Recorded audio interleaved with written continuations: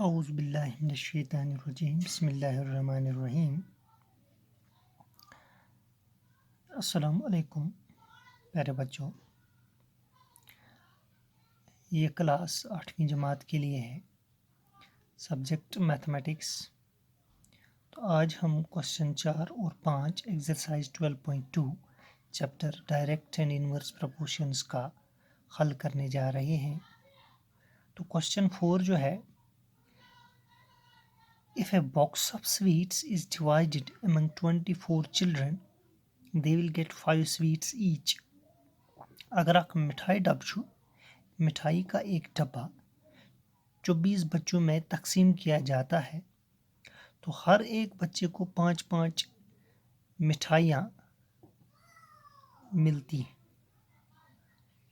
हमने क्या बताना है, how many would each get if the number of the children is reduced by 4। यानी 24 बच्चों में मिठाई तकसीम की जाती है तो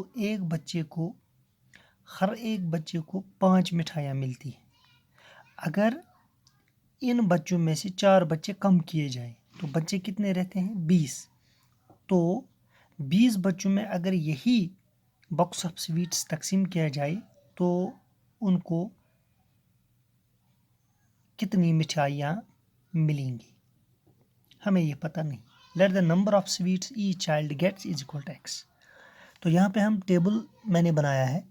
तो एक कॉलम में हम लिखते हैं नंबर ऑफ चिल्ड्रन, बच्चे कितने हैं, तो हर एक बच्चे को कितनी स्वीट्स मिलती है।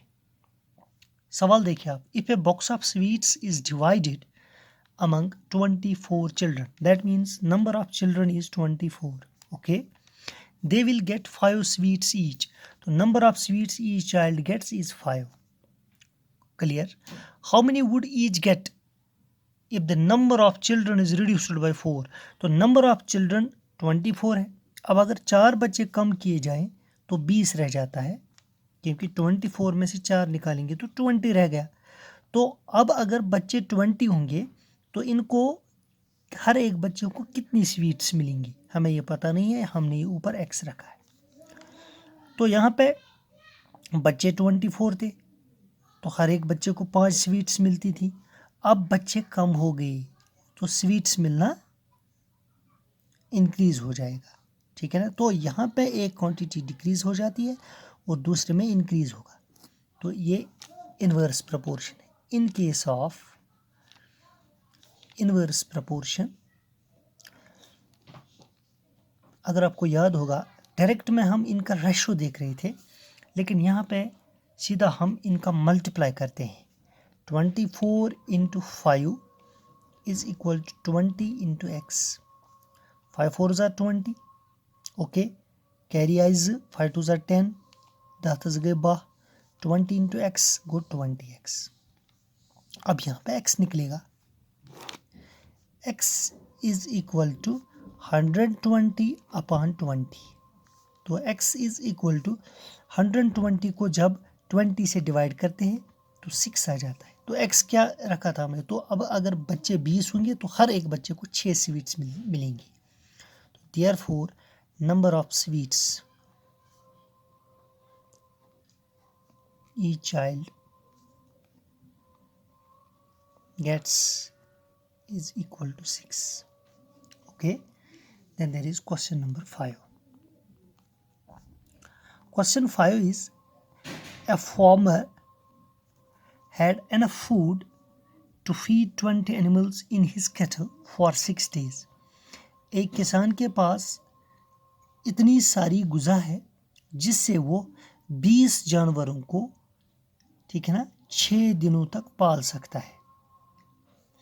How long would the food last if there were 10 more animals? अब अगर इसके पास ऑलरेडी 20 एनिमल्स थे, अब अगर 10 उसमें से इंक्रीज हो जाएंगे तो 30 बन जाएंगे, तो वो गुज़ा जो उसके पास होगा वो कितने दिनों तक चल सकता है, हमें वो मालूम नहीं। लेट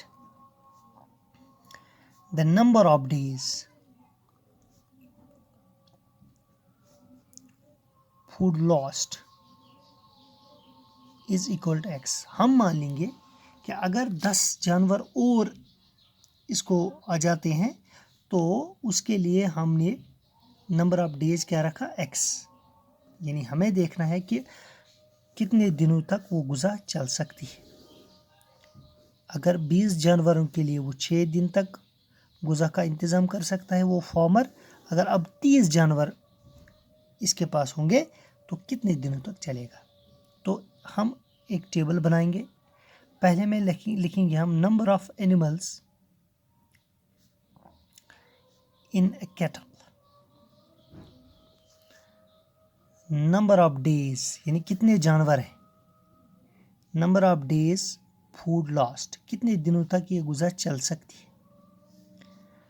सवाल देखिए आप, a farmer had enough food to feed 20 animals, so number of animals is 20 for 6 days, number of days is 6, यानी 20 जानवरन 6 दोन हेकान गुज़ा खेत।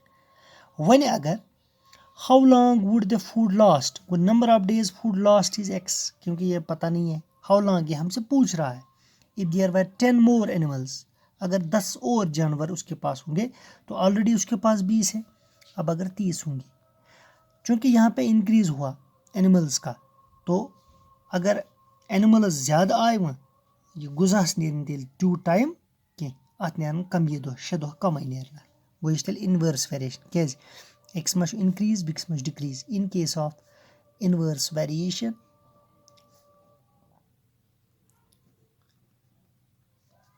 (20 into 6) is equal to 30 into x.